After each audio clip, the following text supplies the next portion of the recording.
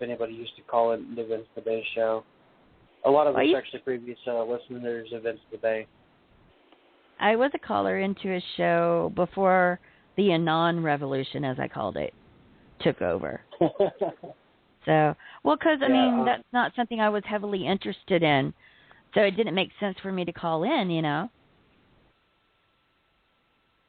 If that makes sense. I was formally referred to as that name. To let the person know the name that they're typing in, that's the name I used to be known as. I like to just go by my name, Angela Truth. That's what I use. And I'm on Spreaker as well. I have a show that's submitted to iHeartRadio, which I'll lose ownership of that intellectual property when they take that. That I hated, and I did read the fine print. But I want to get my name out there. I want to start some conversations that provide cultural change. You know, we have to discuss these things. There's no other way to start a movement unless you have discussion, open discussion, where all voices are valued. I'm very big on that, you know, not to shut anybody down. That's not my style. I don't think that's a good style. But just because I don't agree with somebody doesn't mean that their idea won't work. Does that make sense? It does, yeah. Yeah, I'm open for that. And, you know, I don't know what this show will morph into, but, you know, I've worked with vaccine safety, which Vince would always cut me off there, because I write with a group that works with the United Nations. That's how come I know some of those ambassadors. I think it's worth noting that they are looking down at their nose at America. They're very angry with America for the NSA leaks. I think that may be a source of what's happening now. Merkel is pissed.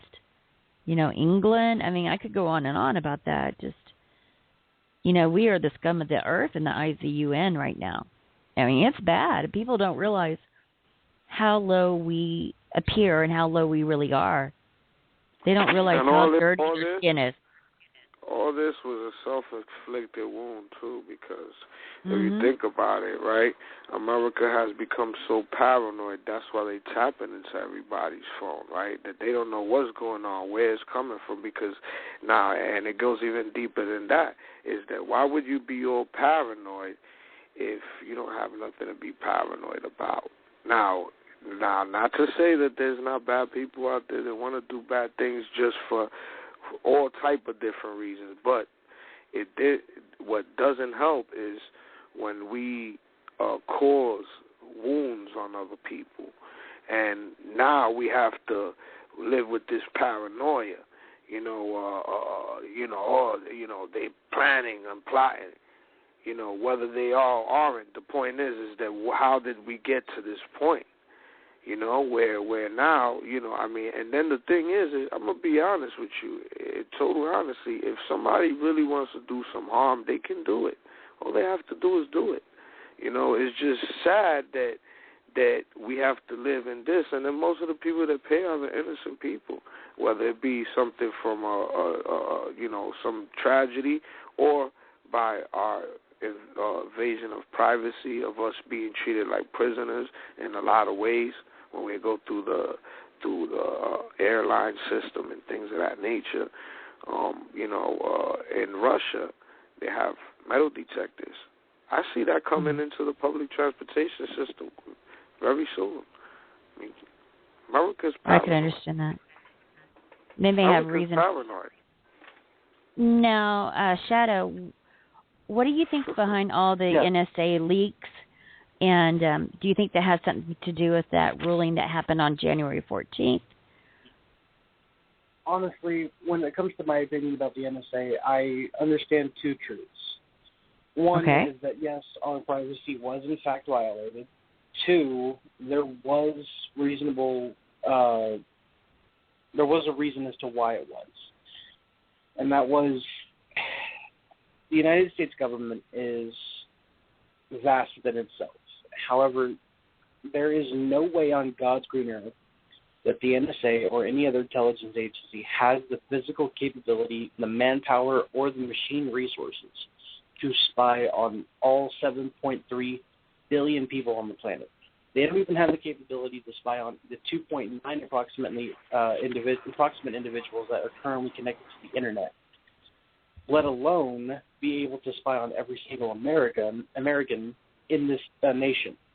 Now, does that mean that they're not targeting certain individuals? Absolutely not. Like, of course they are. They've admitted to this time and time again.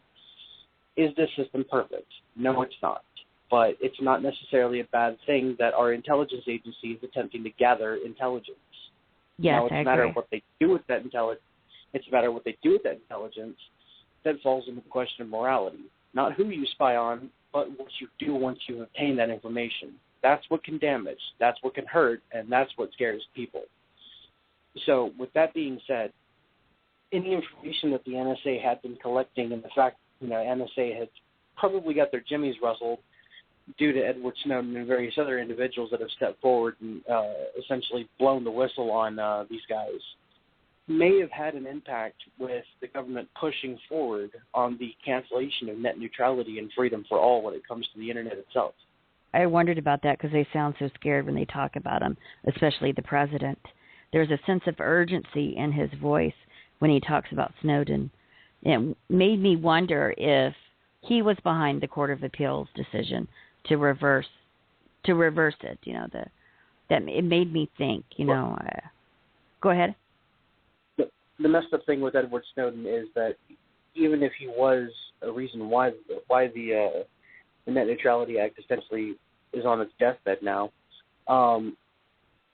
killing the Internet, so to speak, will not save you from people like Edward Snowden. You have to understand that he went out of his way to get contracted with Booz Allen Hamilton, essentially to become contracted by the NSA. He was on a mission since day one, working in the intelligence industry and cybersecurity and various other things, to weasel his way to the position that he was in order to collect the information that he did. And once he had enough... Whoa. I have a question. I need to stop you there. So he started, before he started working for this group, for the NSA, was he a CIA operative before that? Did he plan all this out? No, he wasn't. Okay. But did he plan this out to get to this level? How? Essentially, Edward Snowden was the kind of mindset that he believed that people within the NSA, he believed that the actual government itself was corrupted. He had a political agenda that, he was bred off of this ideology from his parents, from his mentors, from everybody that he lived in with his personal life. Mm-hmm. He then made it a personal choice of his to go out of his way to become involved in this society. Once he achieved the level that he wanted, and he was able to infiltrate Booz Allen Hamilton and get into the NSA, he then began collecting as much information as humanly possible, and once he felt like he had enough, that's when he hauled ass over to Russia. And there's speculation as to whether or not that he's a hero. I personally believe that he's a traitor. That's just my belief. You may think otherwise. But net neutrality's cancellation will not stop people like him from doing what it is they did. If anything, more security, more increases on background checks and things like that are going to happen, as opposed to them just caring about what content we are able to view. If anything, that will help them with damage control for when stuff like this does leak out to the Internet. I think of Snowden, and I think of a name. It's the name of a book called Imperium. It was written by a man's... he used a different name, pen name, Yolik. I can't pronounce it. Varange. That was his pen name. His real name was Francis Parker Yockey. Have you ever heard of him? No, I haven't. He had a brilliant mind, much like Snowden's. But this is back in World War II. He was in the Nuremberg trial, and he was an attorney. And he quit that trial because of what was being done. They were smuggling some of the Nazis over to America, the treatment of them. He had a lot of things. And this book called Imperium is it argues for a culture-based I haven't been able to say my words the last 3 days. Totalitarian? Yes, that's it. Path for the preservation of the Western culture. And I've read part of this book. Some people that are very hate-filled look to him, but he had a lot of foresight when he was talking about how America will change politically. I mean, he's been spot on. I need to reread it again, but when you talk about Snowden, it reminds me of Francis Parker Yockey, who supposedly, quote-unquote, committed suicide in his jail cell. I mean, they wanted to silence him. It just makes me think that that's probably what they want to do to Snowden, where he'll, quote-unquote, commit suicide. Honestly, and that's not...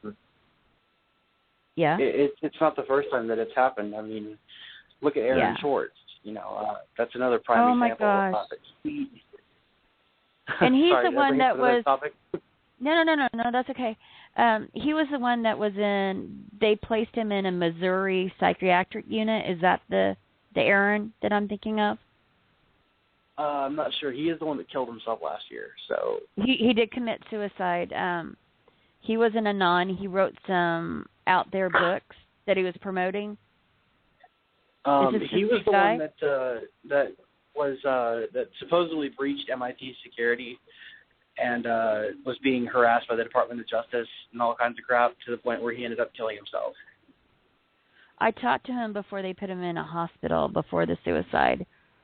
And I talked to him for like 3 hours one night, and he wasn't a bad guy. He was not a bad guy. And if this is the same Aaron, he was considered an anon and all this other stuff. And that's not my world, so it's hard for me to say this is this and this is that. And it was horrible, just horrible what happened. But I'll put a link to a PDF file. Go ahead. I had about a year prior, before he ever offed himself and gotten into all kinds of trouble, I had a couple of engagements with him. Now, I'm personally not a supporter of the anonymous movement. In fact, I've actually had a lot of run-ins with Anonymous throughout the years, even pissed off Lulsec a couple times. Really? Yeah, you can actually look up Shadow DXS Fox News on Google's website. You'll find the PBS link. No. When Lulsec hacked PBS, they ended up putting my face or not my face, but they put my alias up on there saying that I was the one responsible for it. Oh my God, that's horrible. Yeah, this was back in like 2011. So yeah. Those were crazy days. He's when he was alive, he wasn't.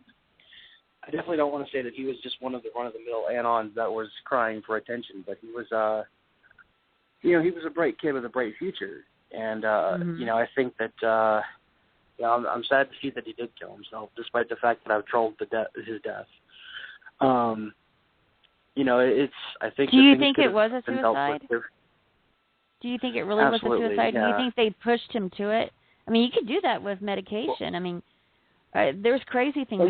They're doing stuff with switches in the brain, and I have a friend that's working on a study on the switches in the brain. It's phenomenal. Well, ultimately, suicide is defined as you killing yourself. It doesn't describe how you got to the position to kill yourself. Oh, well, I guess that's true.